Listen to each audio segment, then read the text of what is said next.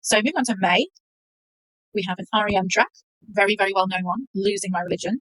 We're going to talk about REM later in the album section, but I think what's so funny about this, and I think that REM do this so much in their music, is that if you sort of thought about Losing My Religion, you'd probably think of quite a sort of sad, maybe even low-key song. But when you actually listen to it, the lyrics and the music are sort of a bit of a clash in tone. The riffs that they've got going with that mandolin is actually quite upbeat and up-tempo. So it's kind of got a strange juxtaposition about it, where you've got this kind of slightly up-tempo, slightly upbeat musical arrangement with lyrics that are definitely about perhaps more sad, difficult, conflicting topics.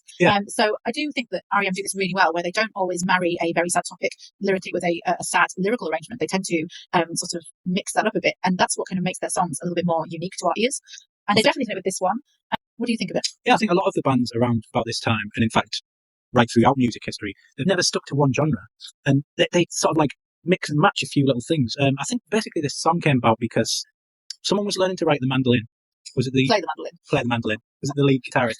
Skiffle bands and Elvis Presley, exactly, all sorts. And they started like a lot of, these bands are lazy, they're just doing Beatles stuff. The Beatles started off doing covers like a lot of the bands did in them days. A lot of bands, whether they're inspired by other bands or not, genuinely start off doing their own music. It's not their fault, because that's what it was like back in the 60s and late 50s. You generally covered songs or other people wrote for you. That was just the way, If anything, the Beatles broke out of that by, breaking that model, but not at first. Anyway, we're going off on a Beatles tangent. I mean, it's very easy to get on Beatles tangent, and everyone loves the Beatles tangent, so it's all fine. But yeah, absolutely. I mean, I just think it's, I get what you're saying. There's a sort of Beatles-esque element to this song, and possibly that's part of the reason for its popularity. But they're definitely a force to be reckoned with at this time in music, and their songs are still played and enjoyed now. I think that's really the test of them.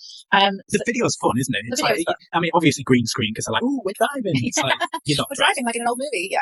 Even back then, people were like, "Yeah, you want like a green screen?" Or something like that. We knew, we understood. It was number one in Germany for 8 weeks. Yeah, it doesn't surprise me. And it's also played at the Stanley Cup for ice hockey, I think. It is. What? I was out in Canada when the Stanley Cup final was on. Yeah. He was basically learning the mandolin, and this is how he came up with the tune. And it's sort of written watching TV and recorded in New York. Oh. You like a bit of New York, don't you, Helen? Thank you, Carl. Yes. Vocals, you're probably not surprised to know, in a Whitney Houston style, were recorded in one take. Yeah, I can imagine that. I think I didn't know that about that, actually, this particular song. So the video has a lot of religious themes, right? So it's very confusing, because you're like, oh, right, okay, losing my religion means I'm losing my religion. But it absolutely does not mean that. It means being generally frustrated and losing your civility. I mean, I think that's the beauty of a lot of REM songs, is that you can interpret them in lots of different ways. They obviously have an intention when they write them. They have a subject. They have things that, they're thinking about. But a lot of them, when you look at them lyrically, you could interpret them however you wanted to. Yeah, I mean, that's the beauty of songs. Like, once you hear it, it becomes your own song. Yeah. I think a lot of songs this year could be used in weddings, could be used in funerals. And this is one. This is inspired by Caravaggio. Did I say that right? Because I think I did. And the video was based on a short story by Gabriel Marquez. Marquez, yeah. And it won 6 MTV Awards. Oh. And it was the first of their videos to get 1 billion views on YouTube, which is not easy for a 1990 song. No, definitely. If you've ever noticed that. Oh, and it was also covered by Hootie and the Blowfish.